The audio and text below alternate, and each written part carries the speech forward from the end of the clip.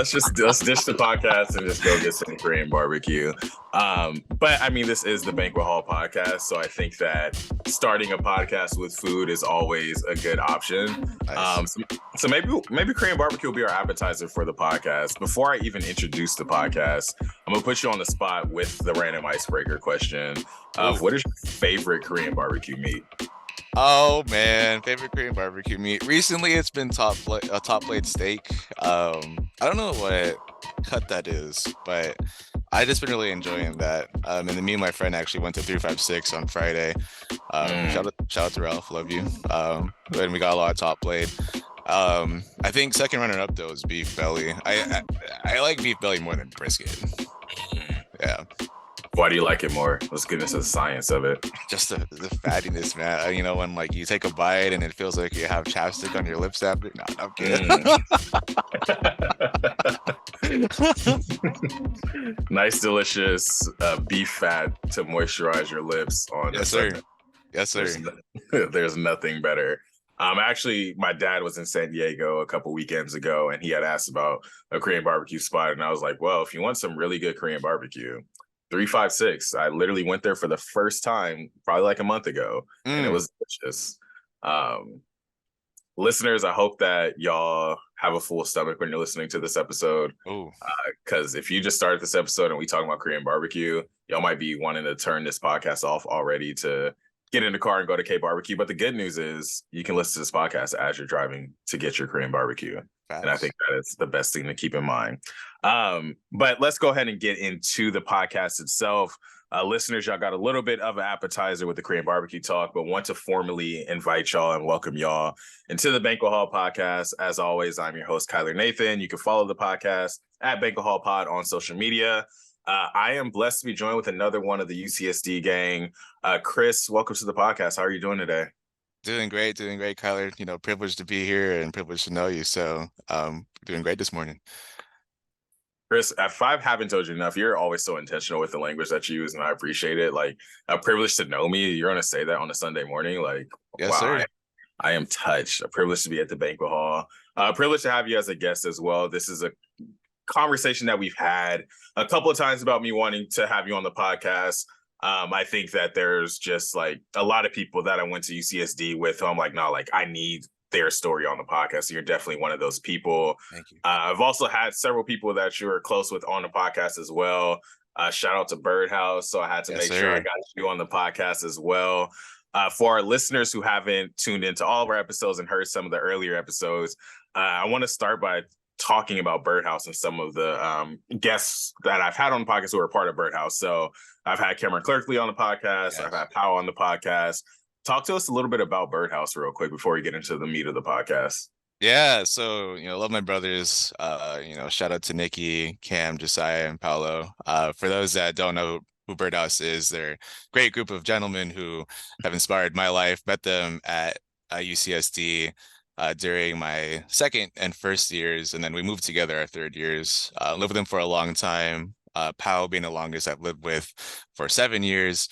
The rest of the guys about 4 or 5 years. And, you look at each of them and there's something that they're doing that, their heart's in, and that they really invested their energy, mind, body, and soul into, and just grateful to know them. Yeah, I love just hearing like the origin stories of college friend groups and just how tight-knit people are. I think that, I'm not sure how long ago it's been now, but I know y'all had like a Birdhouse reunion of sorts in San Francisco, right? I think I saw those pictures on Instagram.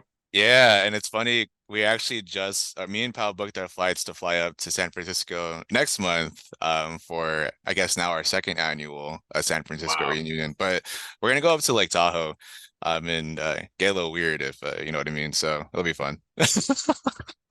I don't know if I know what you mean, Chris. If you don't know, then you're gonna know. Hey, I like it. That's a good draw. Now I'm curious. Now when the reunion comes, I'm gonna be waiting for those IG pics so I can be like, how weird did y'all get? I'll just send you a text message. It's time to get weird, Kyler. I am not mad at it. But Chris, the first formal question I always ask on the podcast: where are you from, and how did that shape who you have become and are in the process of becoming? Oh, when I saw that question, I was like, I knew how much intention is going into this, and I appreciate it. So where am I from? I'm going to reference some of my I am poem that I wrote for grad school. So I'm from Southeast San Diego, south of the eight, which is a common phrase used by a lot of folks from San Diego and from quite literally south of the eight. Grew up in a neighborhood of color, born to amazing parents that immigrated from the Philippines to, give me and my brothers a shot at life and education. So, very familiar story to the neighborhoods south of the eight. Um, I'm from a mother who had to raise me by herself, and had an income that, I discovered in high school was poverty level, Mm, but still did everything she could to make it seem like we were living the dream. I mean, that was never the case. So um, I'm from Yolanda, Tolosa, Feliciano. I'm from my brothers as well too. Um, the neighborhoods and the time that they grew up in put them pretty close in proximity to the school to prison pipeline. Um, and my second oldest brother was pretty involved with the gang activity happening in our neighborhood. But I'm also from this mindset that what they went through isn't necessarily a reflection of their characters, but a reflection of their situations. And all of these things combined, growing up in Southeast, growing up to the dreams of my immigrant parents, and growing up to the situations my brothers found themselves in, that made me just question, why are these things happening around me? mhm, And what didn't happen for my brothers to get the shot at education I had. mhm, Um, but I didn't have it perfect. I didn't have that mindset totally nailed down when I was a teenager. And in fact, I think a lot of my reactive energy to that was wanting to escape.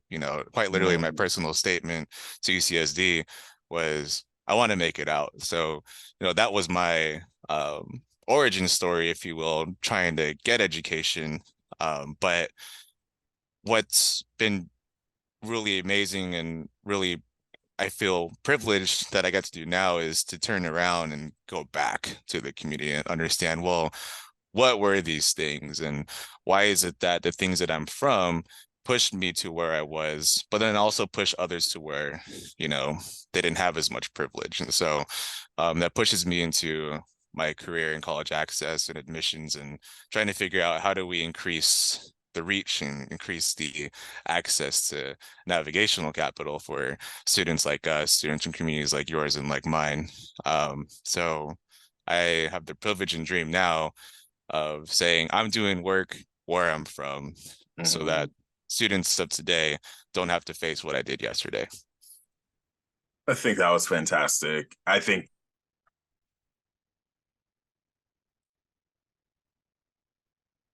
remember what I was supposed to tell you before we started giving a peek behind the curtain to our listeners. But one of the things I say before I start recording usually is that there's no such thing as too long or too short of an answer. And it's for that Mm, very reason. Because I think that some people, they could just say, oh, I'm from San Diego. And yeah, like I just love growing up in San Diego. But when you give people the time to tell their story, there's so many nuggets in there that sprout different and new conversations.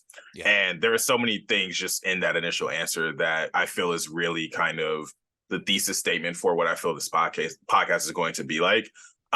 One thing specific that you started your explanation with, you mentioned that you discovered in high school that the income level that your family was making was like uh, lower income level. yeah, And I think that there's so much in that discovered in high school thing, because I think that's one of the things that I went to a white private high school. Obviously, we both went to UC San Diego. And I think it's not to where you're in these spaces where you see the disparities and the yeah, income inequity and inequality that it's like, oh, like I understand like what people mean, like when they talk about impoverished communities, because obviously when I was not obviously, but when I was growing up, I had a lot that I always wanted. I was happy. Like I was with family. I had my games, my toys.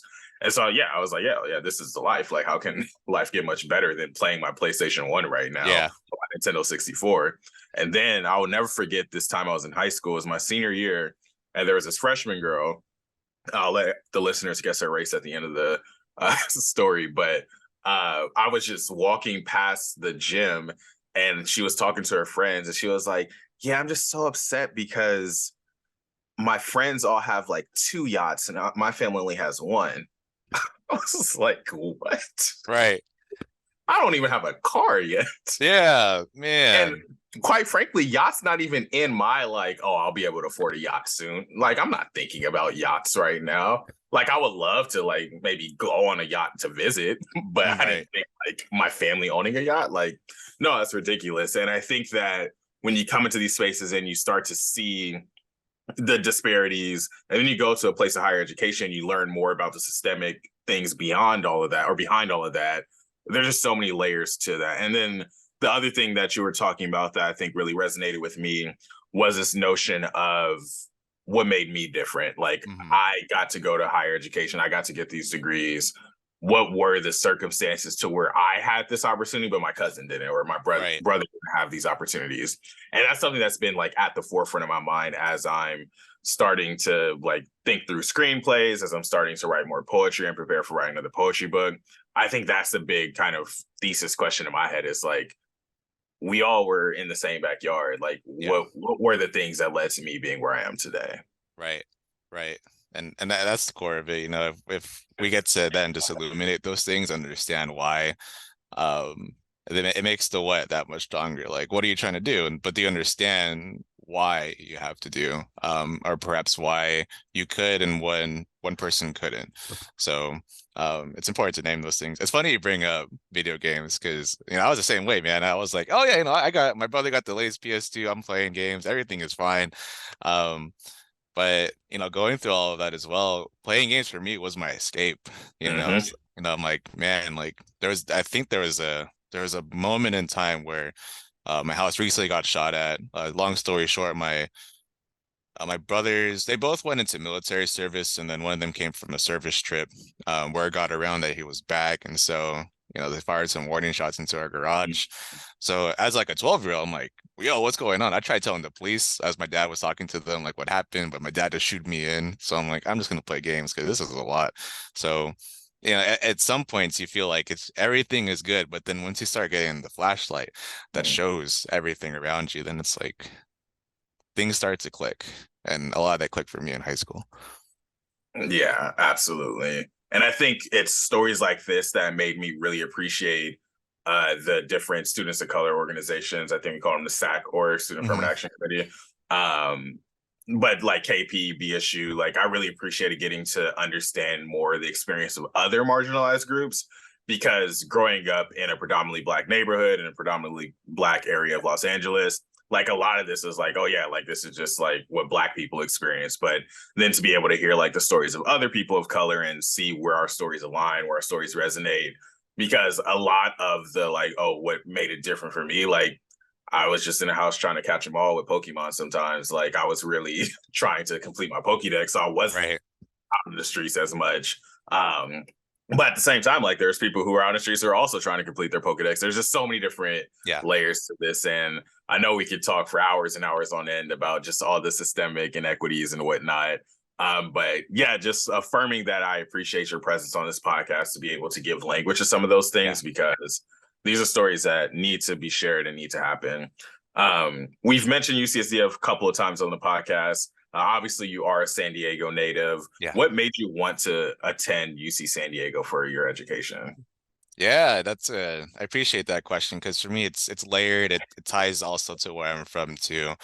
Um, when I was applying to college, I just kind of knew I had to figure out a way to just get out. But part of me also felt like I needed to be close to family. I'm really close to my mom. And really thankful I get to see her and then take her out for lunch like I am today. But during that time, a lot was going on, and I just wanted to be close enough that, if she needed me, 20-minute drive, no problem, like I'm there.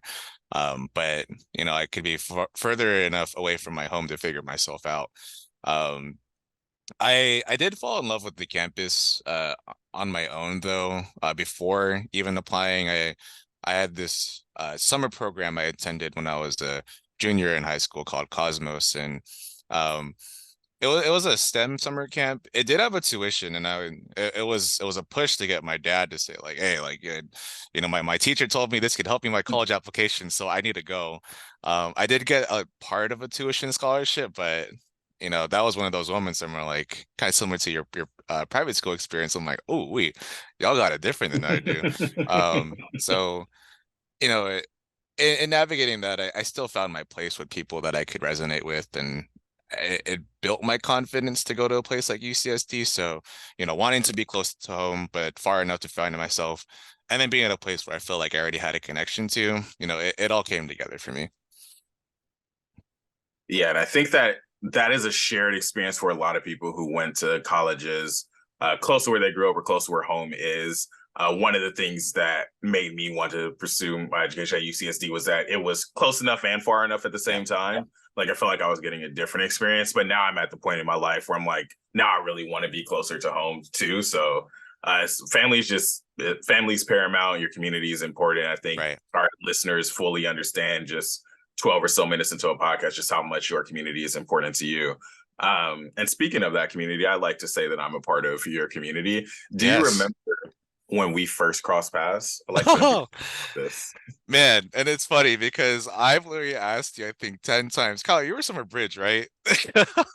So, um, And I was not. he was not. He was not. Long story short, I was part of Summer Bridge, and I got to meet great folks like Crystal Hammond, Andre Thompson, um, Paolo Esguerra, and these were all people that you and I shared friend groups with, and me and Andre specifically, we dormed in the same hall together, and we were on the same side of the dorm. So I would always walk out and, I'd see you chilling. I'm like, oh, hey, what's up? But I had in my mind that you did Summer Bridge because I'm like, that just makes sense because everyone that I hang out with Yeah, at Summer Bridge. I was friends with. Yeah, yeah. So we'd always see each other in spaces, and I always kind of knew like I need to get like closer to Kyler at some point, but I think I was still overcoming my awkward phase. So I'm like, oh, hey, what's up, man?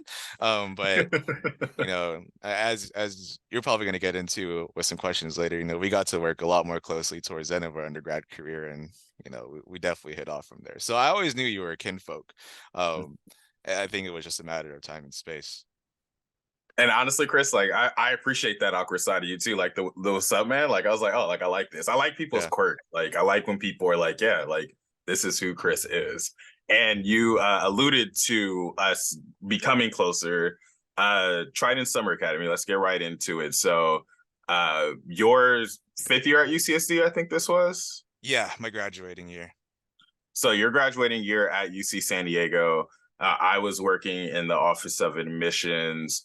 I think I just started as a full-time staff. Like Mm. I'm literally like brand new into being a professional. And you interviewed to be a part of the Trident Summer Academy. Um, I'm not going to say on record whether or not nepotism was involved with that, but you also earned your spot. But I think that goes to show like what a strong network is, because when I saw you apply for the program, I was like, oh, Chris can do this easy. Like Right. just looking at your resume, knowing who you are, knowing the people you know, I was like, oh, Chris can easily do this. And then you earned your spot. Like I don't want to like minimize you earning your spot on the Summer Academy roster. And then like, yeah, when you entered the room for training that first day, I was like, wow, like little old me is about to train like someone that was friends like with one of my best friends, and like I knew like as a first year student at UCSD. I think that was a big like adulthood moment for me. I was like, wow, like Mm. people in this room were like waiting on me to train them. And I think I forget who I asked this on a podcast, but I asked somebody what I was like as a supervisor. But from your experience, what was that summer academy experience like with me? As I wasn't your supervisor technically, but I was your supervisor. But Mm. what was that experience like? Yeah, and I'll be truthful with you. I think it felt very horizontal. I think that was one of the first moments where I'm like, okay, we're breaking the traditional paradigm of, this person has 20 years of experience, so I must listen to everything that they're saying. Um, but at the same time, I just had this kind of trust because I knew the kind of community person that you were, that you had students' best interests in mind. And I also knew there was a ton that you were coordinating. So I think as a friend, as a colleague and a coworker in that moment, I'm like, I knew I need to step up because this is Kyler's program. Like, still, it's our program, but Yeah. we know how programs go, and I want to make sure I'm doing my piece of the puzzle so the picture that you're painting can be complete. Um, it never really felt like we weren't on different planes, but I knew what my job was, and I knew what your job was, and I if I ever needed like something like, hey Kyler, like we're trying to throw in this on for the sweet meeting, or yo Kyler, this common ground thing didn't go too well. What's the next move? So it was great being not just under your direction, but on the same ground doing the work with you. And I might cause some controversy saying this, but our team, dream team that year. I've changed my mind. I'll be outside with coffee for a great conversation and debate. If anyone else wants to talk about that, shout out to Edwin and everyone else who was on that team. Yeah, y'all are definitely the dream team. I have no qualm saying that on record on the podcast. Like, and people will listen to this and be like, "Really? No, like that was the best team that I have been a part of. Full stop. I think I feel confident saying that. Mm, Like, and the reason I say like best team full stop, like whether as a professional since then, as a student, like I just feel like overall, I really appreciated the dynamics of that group. It was a very diverse group of young scholars, people in their second years, all the way up to people about to graduate from UC San Diego, people from all different backgrounds and walks of life, transfer students who have spent 4+ years at UCSD, and I think the common core between us all was that love for students. yeah. And I think that made it a lot easier to where if there were like little bits of conflict or if there were things that weren't working out, there was this common ground of like, yeah, we're all here for the shared mission, the shared purpose. And I appreciate what you said about like doing your part to help with this full picture that's being painted, because that's what it felt like. It was Yeah. like, even if I don't know the answer to this, I know that the bright minds in this room, we can figure this out together. There was a lot of adapting on the fly. Yeah. Like I felt like we're in like I don't want to say war room, but a strategy room when we're coming up with the schedule, because we're going through minute by minute, asking questions. I would always encourage y'all to poke holes in what I was doing. Like, yeah, like I'm not an expert, y'all. I'm literally 21 years old and they gave me like thousands of dollars to run this program. I have no idea Right. what. Right. And you did a great job. And I remember that being one of my most formative moments in my professional career. So, I give flowers where it's due, and I think you deserve yours. And I don't think I had shared this with you, but I actually wrote about Trident Summer Academy in my grad school personal Oh, statements. wow. And there was a specific student that I got a link with. And this is why I was just so grateful for working on the team and having an opportunity you gave me. There's a student I met from my community. So his name is Daniel. He went to O'Farrell charter school. A little context here: that was only a middle school when I was there, and now it's a high school. So I'm like, that is crazy. And he was going into his senior year. We connected on a lot of things, being from the Phil-Am community, also facing the Phil-Am struggles, having career pathways of either being a doctor, nurse, or lawyer projected onto us. And we got to connect deeply about that. He had this great interest in becoming an ethics studies teacher. And I told him, like, look, I know you're getting these messages from your family, but this is your life to live and this is your education to pursue. I think you can meet those wants and dreams halfway, but you're the driver of your car. And fast forward about a year after, we stayed in touch. We even got like lunch every now and then. Took him to a little Sakana here and there. He got into UCSD um, after the program. He texted me. I was almost in tears because I'm like, man, this is so full circle. And then it extended because he'd invite me back to speak. He ended up doing KP Core, and he actually ran one of the high school conferences, and I got to be a speaker for him. And Mm. I also included his story of us working together in my grad school statements, and that got me into Harvard's Graduate School of Education. Wow. So shout out to Trident Summer Academy. Yeah, shout out to Trident Summer Academy, man. And for our listeners, I don't know if we've ever on the podcast explained exactly what TSA was, but Trident Summer Academy is a program targeted towards historically historically underrepresented students with an emphasis on BIPOC, Black, Indigenous people of color. It targeted high school juniors who were about to start applying to UC San Diego, as well as community college students who were anywhere in their track of wanting to transfer to UCSD, with the goal of giving these historically underrepresented students an opportunity to get a firsthand, hands-on feel of UC San Diego, learn from mentors like Chris about what its life as a student is like, and paint a very honest picture of UCSD. I'll say, like, we took them into a lot of lab space and they got to do a lot of hands-on stuff. But at the same time, we were really encouraging the mentors to share their stories, whether they were, I love UCSD and it's the best place on earth, or yeah, I don't really like it here, but this is how I've been navigating this college campus, because those are stories that are just so important. Right, right. And it's through those stories that I feel like the program was such a huge success. Absolutely. Shout out to Trident Summer Academy. Um, Before we leave UCSD corner, I think it's very important for any of my guests who went to UCSD with me or wherever people go to college or whatever they're passionate about. I like to have people talk a little bit about what they majored in at UCSD, for a number of reasons. One, of course, just to add more pixels to your high resolution story, but also because I think when it comes to college access, college outreach, there's always this question when we're talking to students about, oh, what do you want to major in, or what majors do you have? And I think that too often majors are talked about as if there's these boxes that we're putting people in. Yeah. And I think that people can do a number of things with any major. People can do things that are not related to their major at all. People can have a major and then find their passions outside of that major after they graduate. Right. So starting with your first stint at UC San Diego, what was your major? What did you pursue in studying at UC San Diego? Ooh-wee. Yeah, so I'll give you what I started with, and then it sounds like the conversation will continue about what it turned into. Um, so I entered UCSD with a degree in physics, or major in physics, not degree. I had a dope teacher at Morris High School who's still there. Her name's Miss Nemechek. And I think she just had this way of connecting with students, and making physics fun, but also making it known that she's there for us. Like you go to lunch and like all the students are like hanging out in her classroom, like chopping it up with her.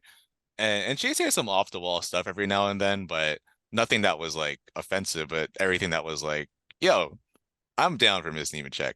So I wanted to do the same thing that she did. So I'm like, that means I'm gonna go get a degree in physics and I'm gonna go teach it. Um, and for what it's worth, I actually did enjoy physics. The whole problem solving processes were extremely stimulating for me until it wasn't, and it was all downhill from there. But we'll get into that in a second.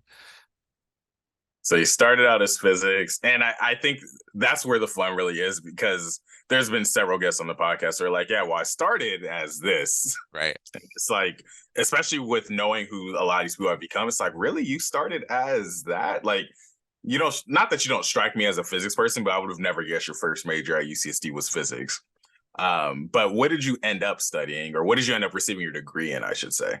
Yeah, it was. So I finished with a degree in chemistry. And a little backstory there is, uh, by my third year at UCSD, of course, everyone's transitioning to the upper div courses and taking all this high level coursework. By that point, I felt pretty lost in different ways. I was working so I can afford being there. I was joining dance teams and finding myself, exploring my creativity and fulfilling that whole part of me, and then realizing I'm not really passionate about what I'm studying. I knew what my passion was formulating into and working with students. But the first quarter that I was doing my physics upper div coursework, I actually almost failed out. I got 2 Fs and a D, and on my transcript following that quarter, I was subject to disqualification. So it was a big turnaround point, because I had to ask myself, like, all right, what's my goal here? And my answer to that was I have to finish. Mm-hmm. So I linked up with my mentors. Again, like a lot of love for Summer Bridge, because that was my support system. Linked up with my friends and said, like, where do I go from here? And then when I sat down with an advisor, we looked at my courses and they said, oh, you're doing good in chemistry, so why don't you just finish in that? Um, and lo and behold, I actually really enjoyed it. I I wanted to finish for the sake of finishing, and it was like a cherry on top that the chemistry material was actually pretty fun for me. Mm-hmm. Um, you hear a lot of people say like, "Oh man, OChem is killer," and I'm like, "Oh, that was kind of fun," you know. Like I remember actually just having moments where I'm like marking up all the guys with library whiteboards of the reaction pathways and all the chemical diagrams, and everyone's like, "You're doing that right now?" I'm like, "Yeah, I finished the exam, but I was kind of curious about other ways I can go about it." So that was a little fun, like fun nerd moments for me. Um, but yeah, the goal was just to finish so that I can get straight into the work, and that turned into taking 5 years at UCSD, which I'm not ashamed about. I saw it more as a Or should victory you lap. be? Yeah, it was a victory lap, and if anything, it actually really set me up for my career in access and outreach and working with communities because all the opportunities that opened up. Yeah, and let's get into that as well in terms of like involvement at UC San Diego. We mentioned the Trident Summer Academy, we mentioned KP. What were some of the ways that you were getting involved outside, inside and outside of our campus, and how that has impacted you to this day? Yeah, I'd say definitely one of the starting points was with a KP or Kaibigan Filipino, the Filipino/Filipino American Student Org at UCSD. They had an outreach component, which I'm jumping forward here, but little full circle moment is I'm actually Yeah. training volunteers now from Oh wow. UCSD KP Core to work with our students. Oh, that's And awesome. they came to office hours the other night, and they're coming back next Saturday. So very full circle. I started with them, volunteering for the high school conference, inviting students from San Diego over. Um, and then beyond that, I started working more with upward bound programs. Um, and this isn't, I'm trying to say this a way where it's not like I'm shading KP Core Mhm. because that was the start, but I knew I needed to learn more. And I wanted to do it in a paid professional position. So I found Upward Bound, and I got to do more academic tutoring services. I got my practice starting in college advising through them. Um, One of my formative student jobs was actually up at UC Santa Cruz, where I did a residential summer program, and met some amazing students. Some of them are in amazing places now, not even just in college, but some of them are photographers in LA, and just seeing how their dreams prospered from there. So yeah, a lot of work with Upward Bound. I did some also student retention work for Mhm. first gen students because the conversation's always, yes, get the students in, but then what happens when they get there? So Mhm. I wanted to explore both sides of that access and success spectrum, and did some, like, a side quest, if you will. I wanted to minor in public service, and unfortunately the way my fifth year worked out, I couldn't finish it. But it's funny because I became the program coordinator for it, so I'm like, well, I guess technically I'm not doing public service. So um that was fun. But yeah, the combination of those things gave me a lot of the foundational tools to then go into my career, because as you know, and from what you've done, programs takes a lot of like understanding um, what are the different moving parts, and then working with students, like what are different practices to make sure you're individualizing the approach. All of those started with the involvements I had at UCSD. Yeah, and I think one of the reasons why I've spent probably more time in this college corner than I usually do is just because I think that our stories and how we experience higher education impacts the way we serve others, Yeah. and we do access work, we do retention work. And so I just really appreciate just all the different layers to your story at UC San Diego and how that all shaped who you have become. And I think that regardless of if you can officially say you have a public service minor or not, you have public service experience that goes Yeah, beyond a minor. absolutely. So yeah, I am grateful for all my experiences. I wouldn't change any of them because they really springboarded me into my career. Absolutely. And so you obviously got tired of sunny San Diego and all the beautiful beaches in San Diego. And that led you to go across the country to the Midwest, and you pursued your graduate degree at the University of Michigan. Yes. What was that like transitioning from San Diego to Michigan? Yeah, that's a great question. I'm gonna give some like middle context Yeah. between the grad school and undergrad. That's okay. Yeah, of Um, course. so I knew I wanted to go to grad school following undergrad. I knew I wanted to get a degree in higher education, but I knew I also needed some time to work to Mm-hmm. understand the depth of knowledge I wanted to obtain for my practice. So I got to work for a nonprofit, and I love the organization Reality Changers. Will always shout them out. I remember my roots, and that's where I got my first hands-on experience full time. Doing college advising work, instructing in a classroom setting. I wanted to be a teacher, but then I went down this pathway, and lo and behold, I taught a nighttime class for scholars. So that was great. Now, in terms of going from San Diego to Michigan, there was this idea that my mentors taught me, is that if you're going to be doing this work of access outreach and challenging systems from an equity minded approach, then you're probably going to want to see what it looks like in different areas and understand more of the national context of access and outreach. So I'm like, all right, cool. I looked at a couple of colleges outside of California with higher ed degrees, and Michigan was one of them. And truth be told, it wasn't my first choice. I actually applied to Michigan by chance. One of my volunteers at Reality Changers told me, "Oh, Michigan has great programs." I'm like, "All right, that's cool. I'll add into my list." With no research beyond that. But as I started looking more into it, it was the number one higher ed program when I got there. They had some amazing faculty of color as well too, and it also attracted a lot of talent into the cohort that I came with. So in the transition piece, I felt like it was because of the faculty and my peers that I had. And, we know this, no institution is perfect, but I had No. the conditions to feel as though I could do it. Um, I was a special case. I was privileged to get a full ride for the grad program. And I had a living stipend as well. The program happened during the pandemic, and I had asked myself, okay, well, if I'm going to be a year in a pandemic, I'm not leaving my house.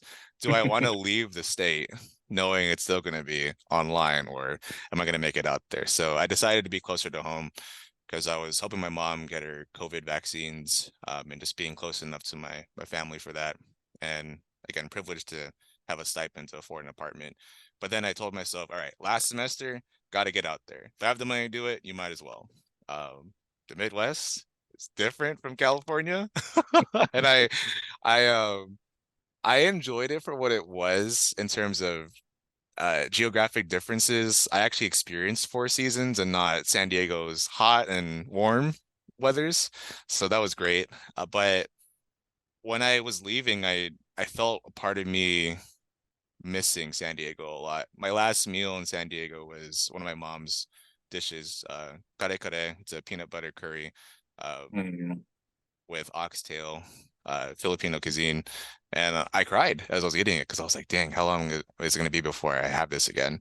And granted, a semester was only 4 months, but I felt the brevity of Yeah. it. I mean, it's a And long 4 months. yeah, it was a long 4 months. And you and I both know how long months can feel in grad school. So going there, I felt like I leaned a lot on my community that I made online. I met the people that I only saw through the Zoom boxes. And if it wasn't for them and escaping Ann Arbor, which was kind of like I guess, a parallel of La Jolla, escaping Hmm. Ann Arbor to then go hang out in Detroit, which is, I guess, my version of Southeast. Um, that's why I needed to make that transition, because otherwise I think I would have been lost. Absolutely. Because I think that, I mean, we all know just that we talked about capitalism before this podcast and we started recording, but I think when we look at, and I'm gonna probably go full circle with this, but going to a university like University of Michigan, when we think about University of Michigan, we think about college Yeah. football. You mentioned like Ann Arbor, Michigan, and when they're showing University of Michigan on TV, they're like, "Hey, look at Ann Arbor, Michigan. Like, let's look at this circle of this place. Don't worry about what's going on in Detroit. Like, Hmm. that's Detroit." But like, look at Ann Arbor, look at University of Michigan, and I think that it's really impactful. I think you said your advisor mentioned uh, being able to see like what the landscape is across the Yeah. nation. Just being able to experience all that, I can only imagine how impactful that was just to get a completely different worldview, but also still, like you said, finding parallels between what's familiar with you and what your experiences are. Right. Yeah. And those were some of the key learnings that I needed.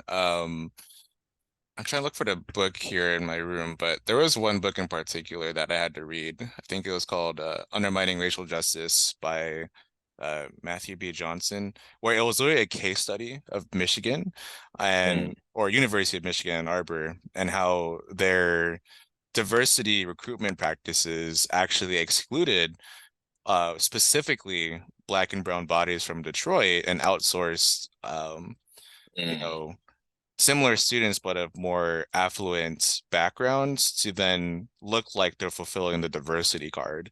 So some of those very specific things, like you mentioned, help me challenge and reflect on some of the parallels I felt back in San Diego with the microcosm of UCSD and the south of the eight communities, and who is or isn't making it across, that highway. And I felt that with what was going on with University of Michigan Ann Arbor and the communities in Detroit. mm. Absolutely. I want to rewind a little bit because I think you mentioned in your introduction about where you from and how that shapes who you become. You mentioned the I Am poem that you wrote. Yeah. Can you talk to us a little bit about that? What the poem was about, how you used it, and why you chose to use it for University of Michigan? Yeah. Oh man. So that poem, and oh man, it came actually from one of my favorite classes at Michigan, identity and agency in STEM. It was one of an elective class I actually took outside of my higher ed program, and I the first day of class, our teacher, amazing Black woman with a lot of Black feminist teachings that she brought to that classroom. Um, that was like going to church for me every time I was in there.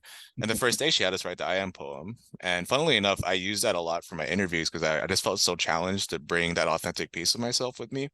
But in terms of what was in the poem, I honored where I came from. I honored my parents' sacrifices.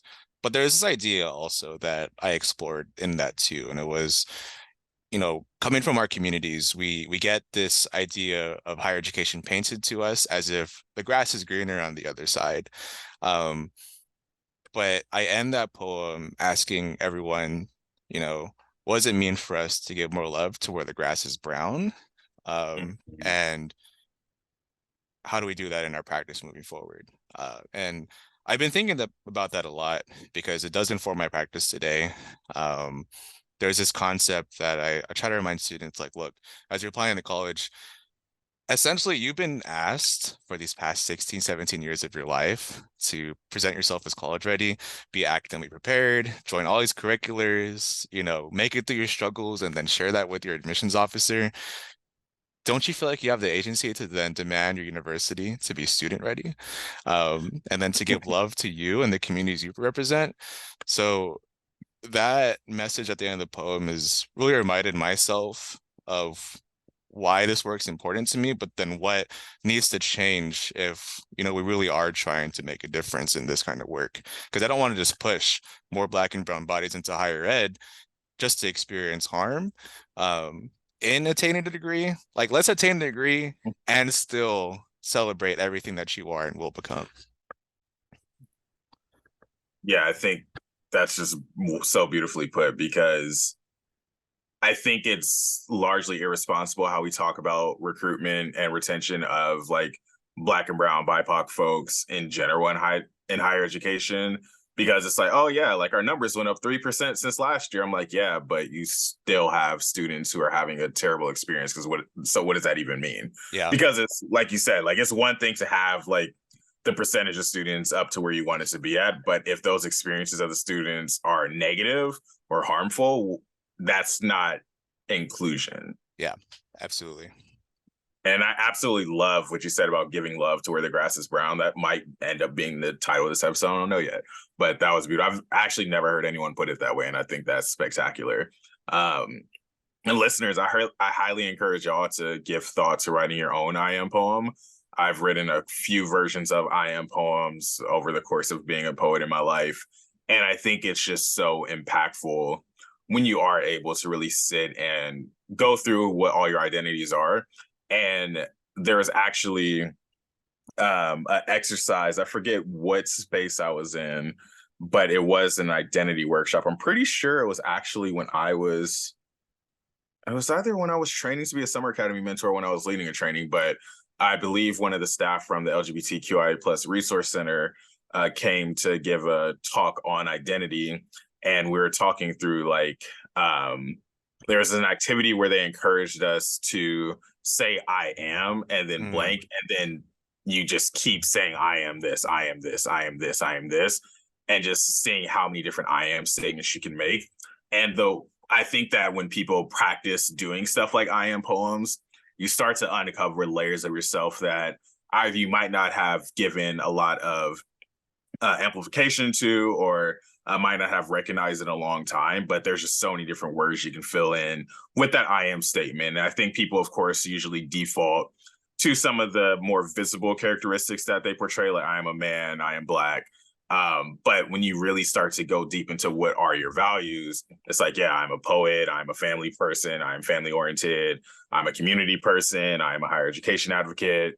There's just so many different things that you can say to those I am lines. So I'm happy that that activity was so impactful for you, and that you've been able to utilize it at many different stages of your career and for your personal self. Like, I think that every time I've heard you introduce yourself, when we're on a Zoom call or we're at an admissions event, it's such a intentional introduction, giving people kind of, I look at it as like extending a hand or olive branch to people, like, hey, this is who I am. If you see yourself in me, like, this is a space that you can approach, and we can chat about what that's like. Or if you want to learn more, like, this is who I am. And that's really important to keep who you are at the center of everything that you do. Right. Right. And I think it's lost in translation nowadays too, when we have to perform in workplaces, that everything that we are quite literally influences everything that we do.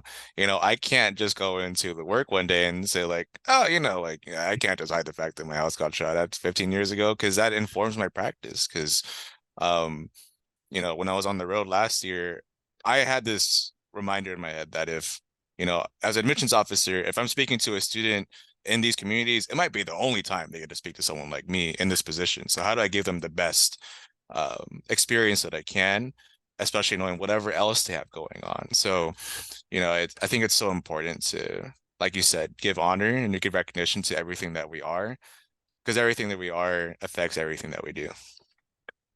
100%. And I do want to talk a little bit about admissions, since you brought it up. Both of us had the opportunity to work as admissions officers, doing college outreach and recruitment, going to college fairs and talking to prospective students. And when I look back at my professional experience, I just think through, like, when I'm really trying to affirm my professional journey or working to affirm my professional journey, I think through just how many lives I probably had such a significant impact on. Either one, just being a brown face at a table representing a college or university.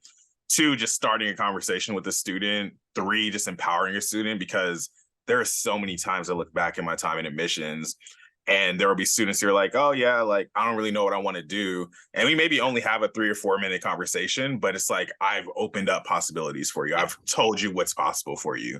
Or even my more favorite moments, parent student comes to the table, parent, oh, she's interested in biology. I'm like, oh, why are you interested in biology? It's just, oh, she wants to be a doctor. I'm like, yeah, all right, but like, why are you interested in biology? It's like, oh, I don't know. I'm like, oh, well, we have 130 plus majors. So just so, like, I'll give you the full spiel. We could go back to biology, but I want you to know that it doesn't just have to be biology. And I think that those moments where you really take time to talk to a student, it's just so impactful, which is why I always, not to harp on specific like tactics or strategies when it comes to recruitment, but I hate when people just give like, oh, what majors are good? Oh, biology. Like, no, like, talk to the student, engage them in conversation, because you never know, like, if they know what questions they should be asking, if they've ever even thought about other possibilities. So I'm wondering if there are any, not necessarily success stories, but just stories that you recall from like a time at a college fair or doing a high school presentation when you had a overly meaningful impact, meaningful interaction with the student. Man, that's a great question. I think, and this is why I really appreciate you, because we have a very similar approach. I know we had different timelines when we were in admissions, but that service practice and that service mindset. How do I serve you in the short time that we have together? I think maybe the most formative light bulbs that I saw go off were when I told students, if it's not now, it might be later, and that's okay. I think one of my favorite things that I shared with students was, look, like I'll be honest with you, we receive a lot of applications in the freshman cycle, but that doesn't necessarily mean that's your only way to get in. And when we flip that slide, like, look, we go from a 24% acceptance rate at the first year level to about a 60 at the transfer level. Sure, there's nuances there, but what does that tell you? There's Hmm. access here and there's possibility. And so every moment where there was just a new possibility inspired in the student, whether it was that transfer pathway or whether it was reminding them, even if your high school transcript doesn't best represent you now, you can work to then represent yourself in a new way and then open that door later. Um, and it's I think I had trouble when conversations were like, where do we strategically focus our efforts? Is it at the high schools where we know there's like high, feeding rates or high matriculation rates Hmm. of those students to our school, or what about the ones that don't have as much? Can we ask why that those schools don't have those higher rates? And I felt pretty privileged to, just have that agency and go into those schools and then, showing them my report afterwards. So it was those moments where it's just revealing new possibilities, because I know, and you probably know, I wouldn't be thinking this way when I was a high school student, Struce. Like I wasn't thinking transfer pathway. I didn't even know what a major was. So Man, just clearing those information points, knowing what we have and how we can do that from that service mindset, I think was what um, were the basis of my success stories. absolutely. And I think for me too, with regards to that service point, because when I was recruiting for admissions, my focus areas and my areas that I was recruiting in were Oakland and the Greater East Bay, as well as Atlanta and Greater Georgia areas. And I would do some like diversity recruitment events here and there. But to me, like when I was in some of those inner city high schools or underserved high schools in Oakland, I was like, let me I have on my admissions hat, but kind of like sideways. But also like Yeah. I'm like, let me spit game at y'all Yeah, real right, quick. right, Like, let me talk to y'all. Like, that's what I really appreciate about my time in admissions, because it wasn't just like, oh, here are our majors. Like, nah, like, okay, if I talk to you like, oh, well, my grades aren't good, I can't never go to UCSD. What if I told you that if you transfer, none of that matters? yeah, exactly, exactly, And just having those types of conversations with students and having those honest conversations like, hey, I know I have on this UCSD poem, I'm behind this table. Look, I'm 24 years old. I graduated from UCSD X amount of years ago. Like, let me just talk to you as a person. I'll answer whatever admissions questions you have for sure. But let me get to know what you want. Let me get right, to know who you are, what your story is, because all of that is very, very important. right, right. And to do that with students, like I never had that kind of conversation before with an adult. So it just makes me feel warm knowing that those students had that conversation. And, when it's people like you or like me that have that opportunity, I know we're the kind of people to take that and to give that to Absolutely. students. It's priceless. Sure, priceless. Chris, this conversation is going exactly as I thought it would go and better. I just love being able to nerd out on like higher education, access, recruitment, because I think that I'm sure this is probably similar for you. I didn't know what an admissions officer was. Like I became an admissions officer. I didn't know that was a job you could have. Right, So when I would talk to my family about like work, I'm like, oh yeah, I'm an admissions officer. And yes, I could say like because from the outside, it looked like I'm just traveling all over the world and like staying in hotels and whatnot. But it's like, no, this is what's happening on the ground level at these college fairs, talking to 300 plus people that night. But each of those conversations, like a lot of them are like very intentional, mhm. impactful conversations. So I'm very appreciative to just have some bandwidth to be able to dive deeper into that, because it's Yeah, work that we're passionate about. And I think that when it comes to kind of the peripheral areas of admissions where like it's more of the busy worker behind a computer, I think sometimes it's easy not to focus on those moments that we have at those tables. So it brought me a lot of energy to be able to talk to that with you on this podcast this morning. yeah, absolutely. And I feel the energy. I'm glad to share it too. When I was doing my deep dive in preparation for this episode, I opened your LinkedIn page. intentional language all over your LinkedIn page, to no surprise. But what I really appreciated was your headline: equity minded educator, leader, and friend. Tell us more about that. Oh man, yes. I first came across this like phrase equity minded when I was working for the Trident Community Leadership Institute, retention program for first gen students. And my supervisor, who you might know the name or be familiar with, Frida of AR. Mm-hmm. Yeah. So, and she used to be at Spaces too. Mm-hmm. Um, she gave us these trainings and like really instilled this idea of equity-minded approaches. I think it was still developing for me at that time, but as I matured through my career, I had to question, where is this work situated in? Yes, I'm doing access and outreach, but within what systems? Systems of power, privilege, and oppression, systems that disadvantage colored bodies, differently abled bodies, and different situations all across the board. And I've had to really ask myself, what am I really doing? And that happened actually my first job. I loved the work that I was doing at Reality Changers. Um, and I would say that my approach was still equity minded, right? I'm still trying to give space for students to share their full stories. But then I looked at the larger picture, and it goes back to systems, right? Am I preparing them for success? Is it truly equity minded if I get them there without the tools to survive, and thrive? Um, so I explored this concept of being systems conscious when I was in grad school, which is why I wanted to go. Um, there was this quote that still rings true to me to this day as I continue being a college access professional. It's or story, I guess, where this old man is walking across this beach, and there's starfish that are washing up on the shore, and one by one he's throwing the starfish back into the ocean because that's where they got to be, and they're being pushed out by the waters. So like at the I guess micro scale, he's doing great work, throwing them back in. And that's how I viewed my work. I was helping students get into the system. But then it begged the question of what's happening in the waters that's pushing them out.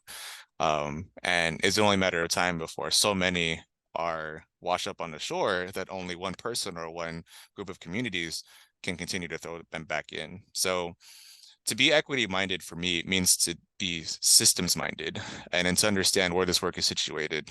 I am very honest about this part of my work right now as a program director with First Gen Scholars. I'm not doing groundbreaking work in terms of a system. Like I'm still helping students get into higher education and navigate those complex institutions.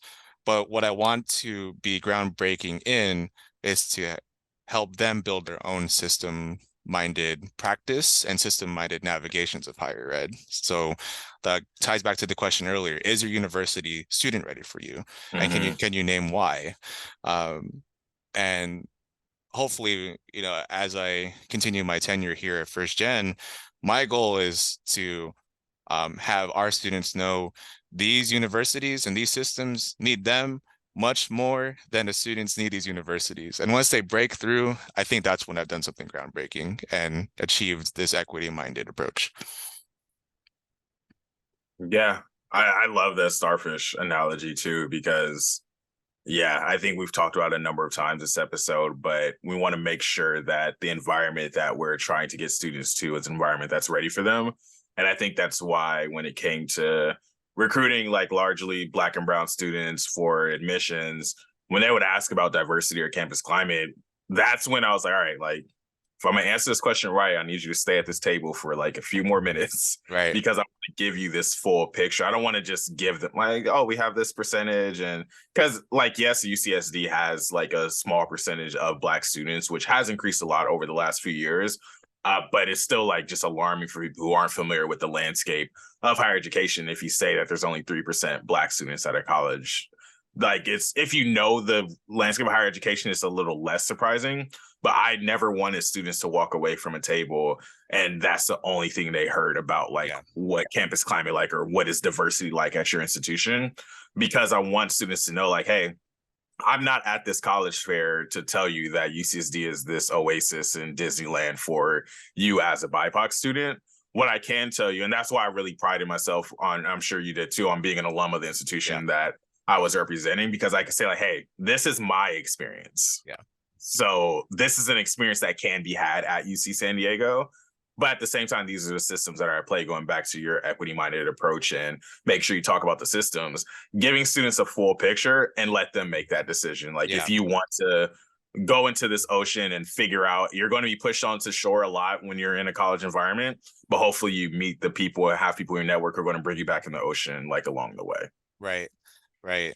And that's honestly all I could ask for. You know, it's, can you find your support systems? And then can you also push these systems to, I guess, clear the waters for you, because they've been muddied for too long. And, you know, it's great when I know people like you are doing that. It's great when I know I have a team and scholars that are having those seeds planted.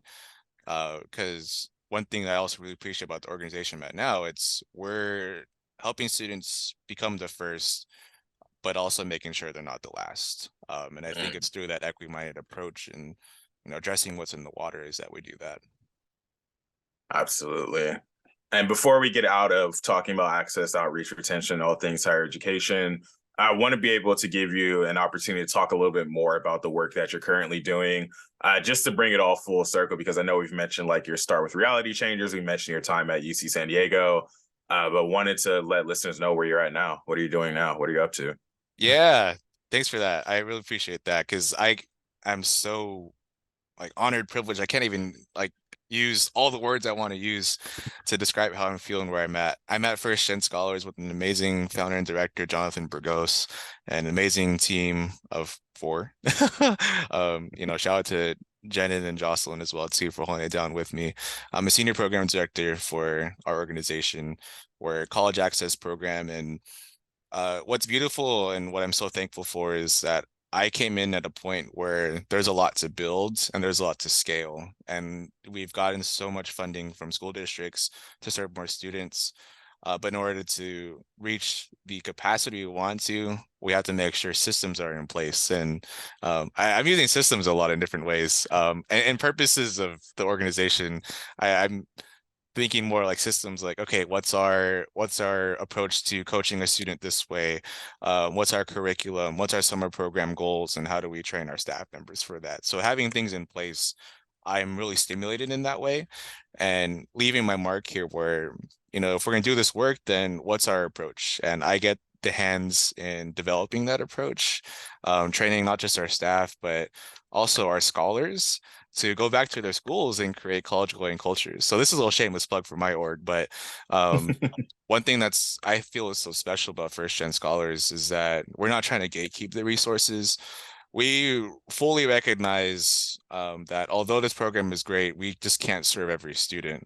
So how do we give our students the ability to serve their peers?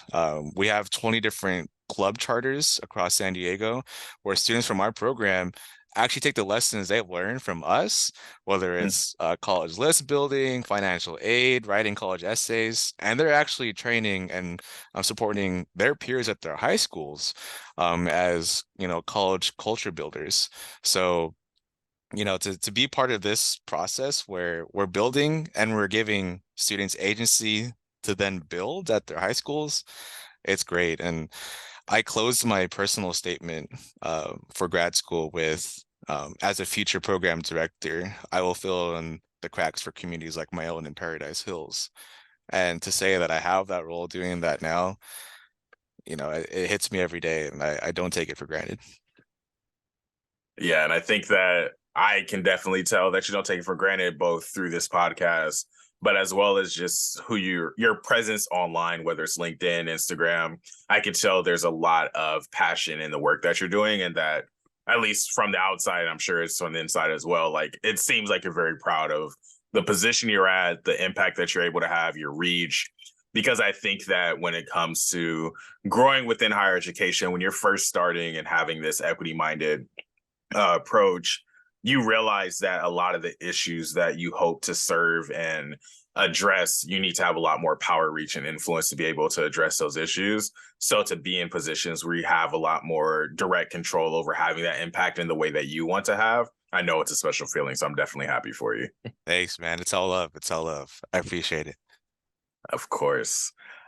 Before we transition to the tail end of the episode, I wanted to make sure we left some space to talk about some things that you're passionate about and interested in outside of higher education. Uh, I want to start with kind of one of our favorite ways to catch up. We started this podcast with a question about your favorite Korean barbecue meat. Over the last few years, when we've caught up, we're usually like, hey, you want to get Korean barbecue? And then we just end up talking about life, having honestly almost cut and paste same conversation we're having on this podcast, but just with the grill in front of us, some bulgogi, some beef brisket, some beef belly, you feel me? But I really appreciate those times that we're able to catch up over food, because I think food is such an important, I don't even know what I want to call it, but it's such an important component of just our different cultures and just about breaking bread and being a community with people. Like the last time we got Korean barbecue at 356, like that, it just felt like I was breaking bread with like someone I really care about, and I really appreciate that. And that's how it's felt every time. And I think each time I'm like, wow, like I needed this. And I just love those moments so much. Yeah, I don't even know if there's a question there, but I just wanted to make sure that we had some space to just talk about that pillar of our friendship, because not that I associate you with barbecue, but it's like Chris. Right, right. I'm so glad you're bringing this up. A little, I guess, side thought. Something one of my friends brought up to me is that, I don't know if it's like a male specific thing, but there was a study that showed that, like, typically for males, like there's something like if you're doing something together, that's when you can connect. So it's like, oh, well, it makes sense that guys like go into like deep stories with each other while they're playing Call of Duty, or it makes sense that guys are like getting Korean barbecue and like they're just chopping it up. So maybe that's a thing. I don't know. I'm just glad we get to do it together. But you're right. Like I think it's brought us like so close, and I've learned about you in ways that I wanted to for so long. And, chopping it up like the last time at 356, I'm like, that was medicine for me too. So I hope you know that as well. Absolutely. And I think I forget the exact question you asked, but we both acknowledge it's like, yeah, we're too close to just start with, oh, how's work? But you asked me some deep question to jump. I was like, oof, like I was like, oh, we get in there. Like, I don't even know if the meat done yet. And now I'm really in my head, like trying to think about like these different moments in my life. But I think that form of intentional conversation with some type of shared activity is just so important. And I think that is my favorite way to catch up with a person, is with like some type of shared activity, whether it's food. Sabrina and I talked on the podcast about how we'll go like walk around a lake or go by the beach, just to have some type of centerpiece to the conversation. And I think that there's a lot of psychology behind that too, because in my MBA program, I had this class on creative thinking, essentially, and it was talking about how just getting out of the spaces that you're usually at, you never know what type of unconscious processing is happening. So, like, as you're like cooking meat at Korean barbecue or thinking about what meat you want, your brain is just really like, there's a part of your brain that's focused on a task, and it's allowing like other unconscious processing to happen, to where it's like, yeah, like now I have this space to just talk and think through these things. But I also think that it's a great way to catch up with somebody, because everybody's got to eat. Right. Why not break bread together? Yeah. And it's like for me, it's like an act of love. Like, hey, like, have you eaten today? Let's go eat. Or like, you've craving something, let's go catch up. So I'm glad we get to share that. And it's you mentioning that as something you learn in your grad program, like I feel so affirmed, because I'm like, when I was in grad school, I needed to be doing something, or else I'm not gonna make it through that 3-hour lecture on Zoom. So at some point, I turned my camera off and started cooking, but I'm listening. But it's because that part of my mind stimulated that other things can formulate. So thank you for affirming my processes. Oh, 1000%. Like you and I both had portions or all of our grad programs that were on Zoom. Especially my classes were 6:30 p.m. to 9:30 p.m. I had to do something else while I was in class. Like, and it was productive though. It was either like cooking, cleaning, doing laundry. Some nights it was basketball on in the background. I'm not gonna lie, but I was still focused on class. But it's just like being able to maximize being home and being able to do other things is so important. One more thing I want to mention Korean barbecue though that I just thought of as we were talking about it. I think that another layer that is an act of love with specifically like the all you can eat Korean barbecue is it also has the aspect of serving other people too. Yes. Like finish the meat, you're dividing portions between you, asking if people want more, sharing sides, sharing appetizers, uh, soju, sake, whatever it might be. But yeah, it's just like there's just something very intimate about like cooking meat together, being able to like share food with each other and having those conversations. So um listeners, Chris and I are about to go get Korean barbecue right now. We're gonna end the episode right here. No, I was I know, I'm kidding. already hungry, man. Absolutely. No, I know I'm starting to get hungry too. I need to figure out what I'm gonna eat after this podcast is over. But outside of Korean barbecue, I know another thing that is very important for you is dance. Yeah. So why don't you start with where your love for dance started? Mm. So, although my dance journey itself started in undergrad, I actually really appreciated dance a lot in high school and parts of middle school.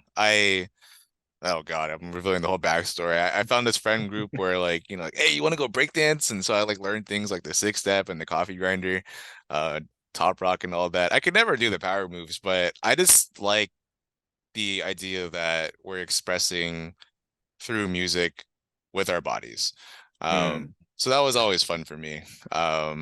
Even if I didn't know how in high school, I was like, I'm gonna do a little something. I'm gonna do a little something. So the high school dances were always pretty lit.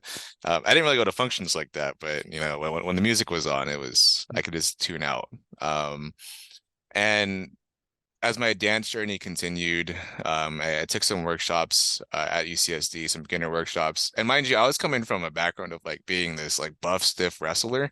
So I did look pretty silly and I felt silly for a long time. But, you know, I eventually joined UCSD's competitive. Depending on who you ask, you can call it hip hop. You don't call it hip hop. It was competitive dance team, collegiate dance, choreography, Ascension at UCSD, and it wasn't until my second year there that I just became comfortable moving, because it was no longer, oh, I got to look good to try out or make a piece. I was just happy to move, and it's helped me, I think, not just become confident in myself, but then also understand what creative expression really means and, why that's so important. Because yes, I can creatively express new solutions to this chemistry problem, but I want to do it in a way where I'm just not thinking, I'm just being. And that's what um, dance did for me. It also helped me understand how to listen to music differently. Before it was, oh, this song is cool. Midpoint through my dance journey, it was how do I find all the new beats to hit? But then I think now it's how do I just understand what a song feels like? And I'm just so grateful for that. And it's helped me be more appreciative of people who put together music, understand intentionality behind like a bridge to a chorus, or like why do you end with a longer instrumental versus just cutting it off there. Um, and I know this is like somewhat adjacent now going to music, but there was this quote that I was like just fell in love with where someone was like, if art is how we decorate space, then music is how we decorate time. And I've I'm heard like, that quote too, and that quote is whoa, beautiful. yeah, That's I was such a like, beautiful quote. whoa. And I guess now with dance, for me it's like now I get to honor how people are decorating time with how I'm feeling when that decoration is being heard in my ears. So I've come to appreciate dance for what it's done for me, helped me understand music, helped me love my body and find ways to just outwardly express joy. Mm. Yeah, that music quote is so beautiful. I remember when I first saw that coming across the timeline, I was like, "Ooh, that's a Oh bar." yeah. Because that's literally what it is. Like, I think art in general decorates time, but it's like, yeah, like I think just how we feel some of the white space in our lives. Like, if you're just sitting in your house, like throwing on a song, like the type of song you put on is going to decorate that time in such a different way depending on what song it is. Like some songs you put on you might want to cry to, some you might Hmm. want to dance to. something you might want to turn up to or like live your best like thug life to. Like you Right. never know. Putting you on the spot with this next question, but do you have a favorite song or songs to dance to? Like if you put it on, like you just have to dance to and you like experience, I'm not even going to label what emotion, like whatever experience you want it to be. Okay, I gotta put this out there. The function bangers, like E40, um, you know, all those like ones where the meme was like you'd be in a high school classroom and then the song comes on and then you're like, oh, I gotta run to the dance floor. Like, that's when we're throwing down. Um, in terms of songs that I hear now that I have to move to, I've been taking a lot of Latin dance classes with my partner. So whenever I hear like salsa, bachata, cha-cha songs, I feel that movement now because I've understood how that style of dance and that dance culture decorates or like expresses through that decoration of time. So I've felt pretty connected to that. I want to learn more. I think other folks that I hear. I think anything that's like true deep hip hop, like I feel that bob. And for me, that's like I think that bob helps me connect to what stories they're trying to tell. Or even if it's not stories they're trying to tell, they're just trying to like, be. I'm like, I feel that. So Yeah. so that Even you that's just where I'm saying at. the Bob, like I got the Bob in my head now because there's just the hip hop rap Bob. It's just something so spiritually powerful to Yeah. that I don't know how many words can truly explain, but there's just certain songs when I hear it, I'm just like, yeah, I'm Hmm. here with you. I'm on the block with you. Like I know this story, even if I didn't experience this specific story. This is my cousin, or this is my brother, or this is somebody that I know. Like this is like I'm rocking with you, Right. literally and figuratively. Yeah, yeah. So I know it doesn't directly answer the question because I don't like dance, but I move and bob to it. Oh my gosh. I'm forgetting the song name, but Anderson Paak and BJ the Chicago Kid. Hmm. I'll send you a song after, but they made a song together where like just like you mentioned, it's just so familiar and I can't help but not move because I feel connected. Is it the Waters? Sweet chick. Um, Feel the vibe. feel the vibe, feel the vibe. Yeah, that's one of my favorite songs of all time. I think you Favorite really song enjoy of it. all time. Cool. All right, cool. Well, I would definitely, I'm pretty sure I've heard it before too, but we're going to give it a listen again after we're done with this podcast episode. One more thing that you mentioned as you were talking about dance, you mentioned like wrestling. You are very into fitness as well. Uh, One, I didn't know that you were a wrestler. Were you literally a wrestler, or are you just talking about the wrestling body? I was a like the high school sport wrestler. Yeah. Yeah. Okay. Yeah. High school sport wrestling. Yeah. Well, let's just, in terms of this fitness and movement category, which dance still falls into, but you have your own like fitness IG page that you post some of your workouts in from time to time. We had the gym morning crew that uh, we tried our best to We have tried. some consistent mornings. But what has fitness done for you in your life and keeping like an active lifestyle? Yeah, and dance is part of this too. So I appreciate this question. At the onset, I actually used fitness as a way to correct my body in a way that wasn't healthy. And this was tied a lot to, younger Chris's insecurities. I was at one point in middle school, I weighed as much as I did in college, and I felt Mm, ashamed about that because of the messages I received. And I did get bullied. I received a lot of comments from family, especially having older brothers that were athletic. So my beginning phases with fitness was I hated what my body was, so I wanted to fix it. And mm, even though there was a sense of empowerment there, I don't think it came from the right place. Um, so the reason why I feel as though dance is a huge and integral part of my fitness journey was dance helped me understand and then have a relationship with my body in a way that I didn't have before. I I wouldn't even say I had a relationship with my body before. It was I needed to be better or I need to look this way to feel good about myself. And it wasn't until dance that I'm like, I understood the way my body moves. I understood like why it's important to take care of it, prevent injury, and be grateful for the vessel that I have to do what I do. that I've reapproached my fitness journey now. So, I still lift, I still have a program and everything and whatnot. But I'm not harping myself on being the strongest or being the most aesthetically pleasing. I just want to feel good. And I want to live a long or as long of a life as I can. And maybe that's not reflected best in my diet decisions right now, but at least in terms of my movement decisions, we're trying to make it work. Hey, all that we can be is the best attempt that we can be. Like, you got to get the Korean barbecue in there. The diet is going to fluctuate from time to time, but I think that the most important thing is that mindset of why. Your why is just so important there. Yeah. Like, you want to feel good about yourself. You want to live a long, fulfilling life. Within that, sometimes feeling good about yourself and living a long, fulfilling life, you got to treat yourself to some Korean barbecue. Yeah. Got to get good food from time to time. Got to get some ice cream, whatever it might be.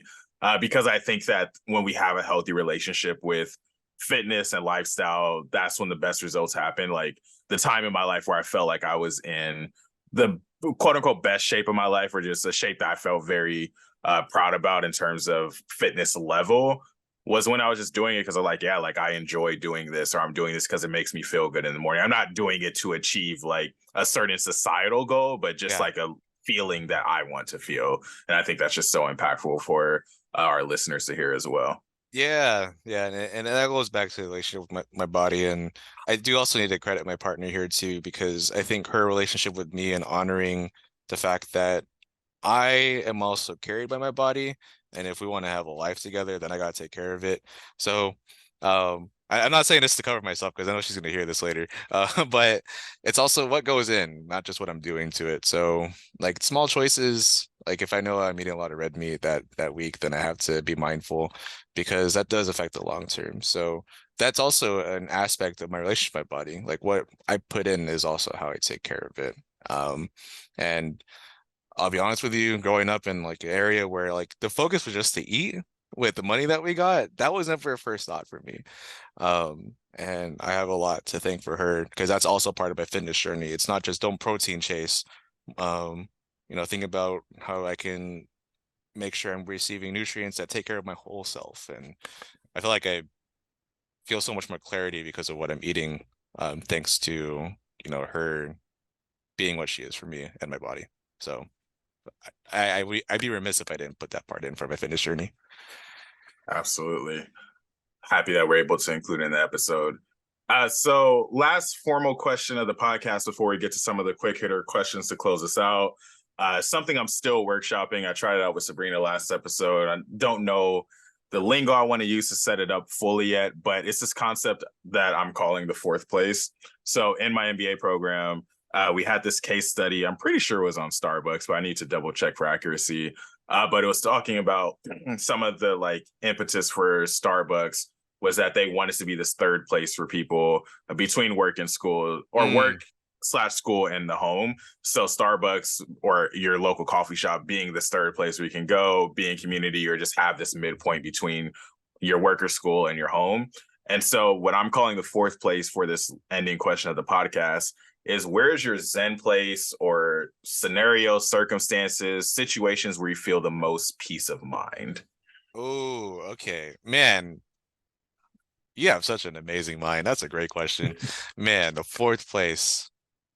Um, Let me know when you drop your movie on that or your book on that because I will buy that. I'm taking 15 seconds just to process how great of a question that was. I'll All right. take as much time as you need. So to answer the question, my fourth place is I think it's when I'm performing. Whether it's in a dance workshop or, we worked on a performance and then I'm on that stage for 5 minutes. Zen is such a great way to capture it. It's when I'm most present and I'm just not thinking, I'm doing. The gym is also that for me too. When I plug in my earphones, I'm just kind of focusing on being connected with my body, understanding my cues, listening to it. If I'm like, I wanted to go higher today, but my body's telling me this, so let me be present. That's another way that I'm in my fourth place. I'm trying to think others. Video games, honestly, well, at least when I'm not playing PvP, getting mad at someone behind the screen. Um, when I'm fully immersed in a story in a game, I feel really at zen too, because I can appreciate those storylines. Um, so yeah, I'd say those are my fourth places. Awesome. Really appreciate that.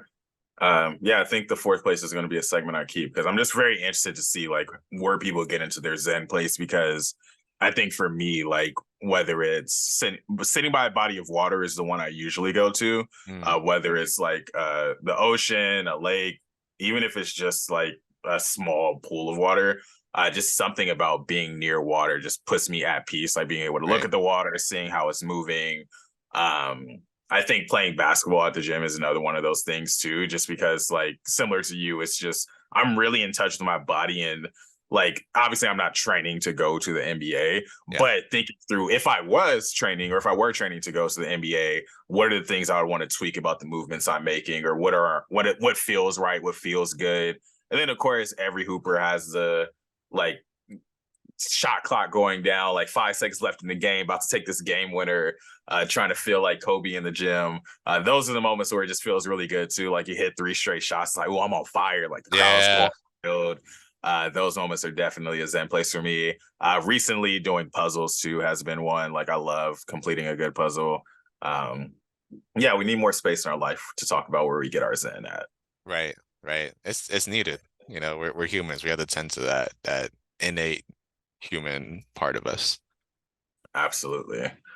So, Chris, outside of what we have discussed so far, what else do people need to know about you to get a complete picture of who you are? Is there anything that we didn't talk about that you feel is important to your story? Mm, that's a great question. Wow. Never been asked that before. Well, I feel like I have, but you have such great questions. I feel like I've shared so much about myself that's important. Um, I have a cat. I thought I was a dog person growing up. But having this, life to care about and then also to just, be present and joyful with. His name's Lupin. I really enjoy what he does for me and my partner. He's a little a rascal sometimes, and he got stuck in a tree the other night. And I'm like, I can't believe this actually happens in real life. I was gonna say I've never heard of a cat getting actually stuck in a tree. Like you see it in TV, but Yeah, yeah. I didn't know it was a thing, and then homeboy got stuck in a tree for 8 hours, and we didn't find him until nighttime. So, he's grounded right now. Um, but during that time we were worried sick and thought he was gone, and it wasn't until he got back that I cried because I'm like, damn, I missed you, and I really thought you were gone. So, um, it sounds silly, but I'm really, you know, so grateful to have this cat, and he's taught me a lot about loving another life in a way that I didn't think. And I'm like, oh yeah, I got that concept from being my partner. I'm like, nope, here's a cat to reteach you everything you think you need to know about loving another life. yeah, taking care of animals definitely teaches you a lot about caring for another life for sure.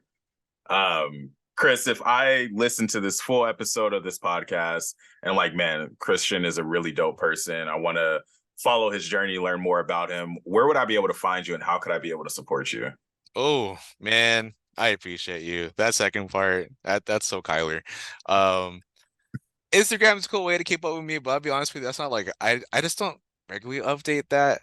I'd love to grab coffee with anyone who wants to like share stories, and especially if our work can align. My email's on our website, chris at firstgenscholars.org. Um, but yeah, no, if there's ever any time to just kind of break bread, whether it's over Korean barbecue, over coffee, over Banquet Hall podcast with Kyler, um, 15-minute walk. I think that's the best way. In terms of supporting, I feel like you do a great job of checking in, and every time we hold space, like I mentioned, it feels like medicine to me. So don't ghost me. Don't I forget will me when not. you're famous. Not at all. You're part of the journey, Chris.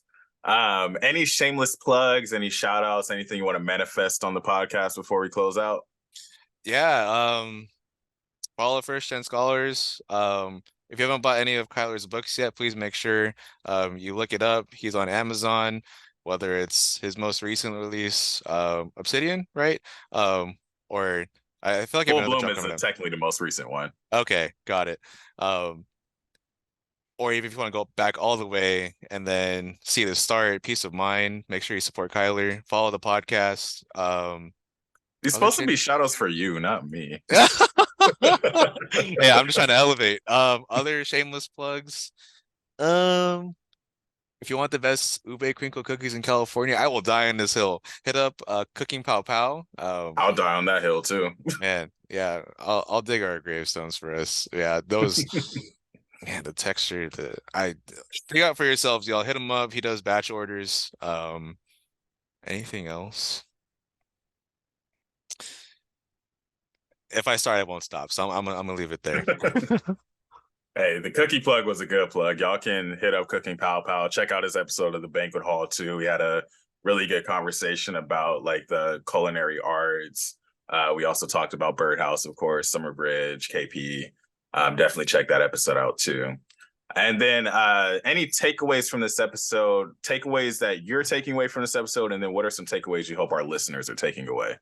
Yeah, personally, for me, this is a reminder just, whenever there's an opportunity to reconnect and to reflect with someone you care about, take that. Um, for those that are listening, I'm like I mentioned before, I don't say that as a joke. I really am privileged to know Kyler, and because of the person he is, for his community, his friends, and like he mentioned, this ain't new to us. We literally do this across the grill. Now we're just doing it over Zoom. So I'm taking away a reminder of how powerful it is to reflect in reconnections with people you care about.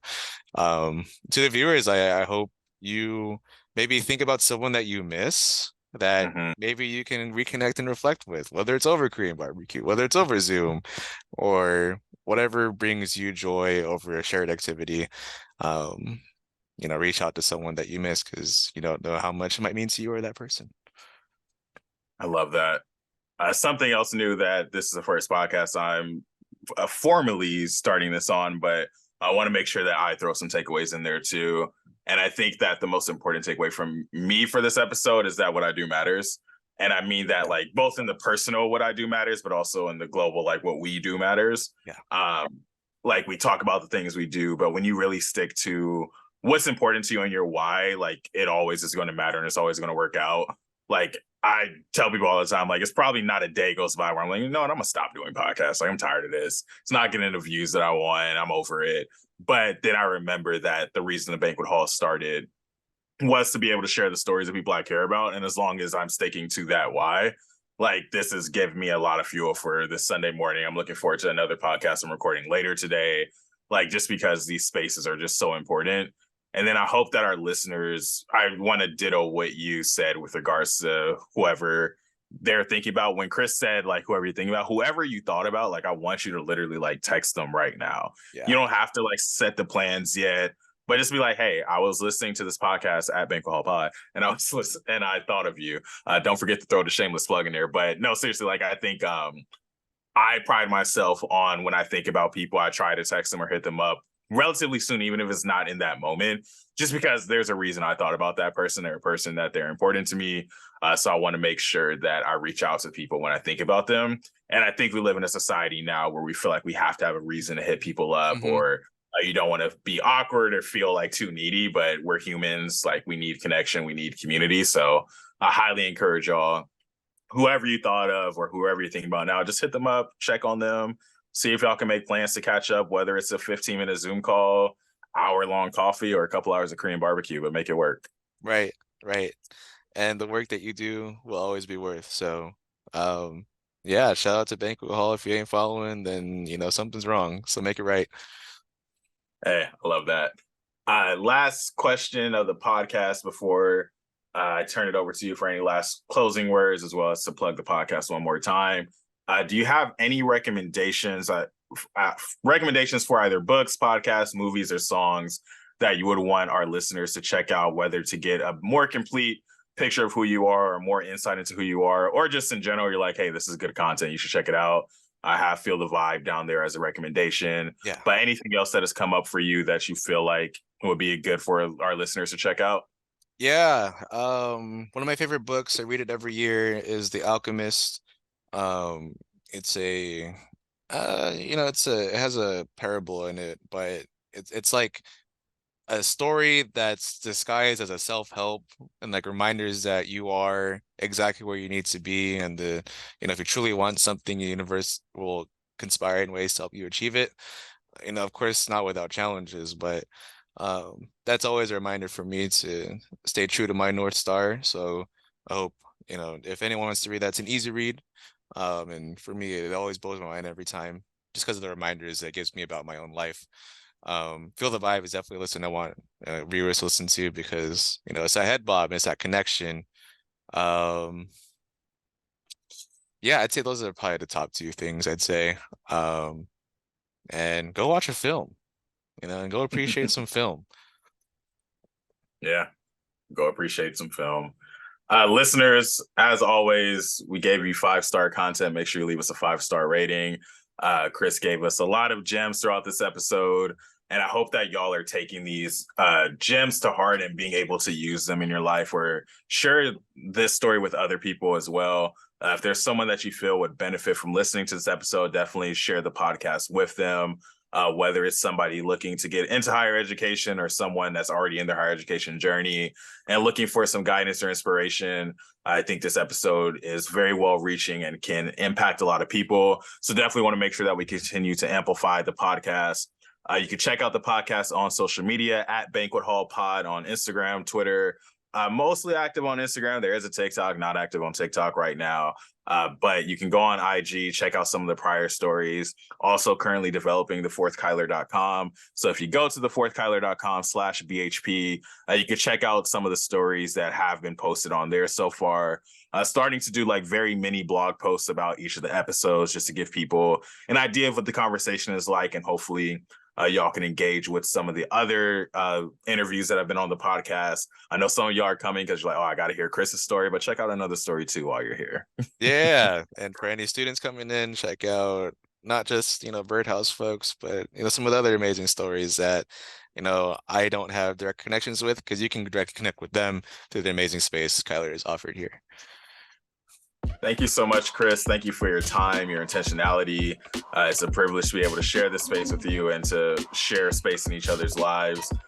This podcast was very filling for me, as I'm sure it was for you as well. And I know our listeners will take a lot from this as well. Listeners, thank y'all for tuning in. And as always, we'll catch you next time. Peace.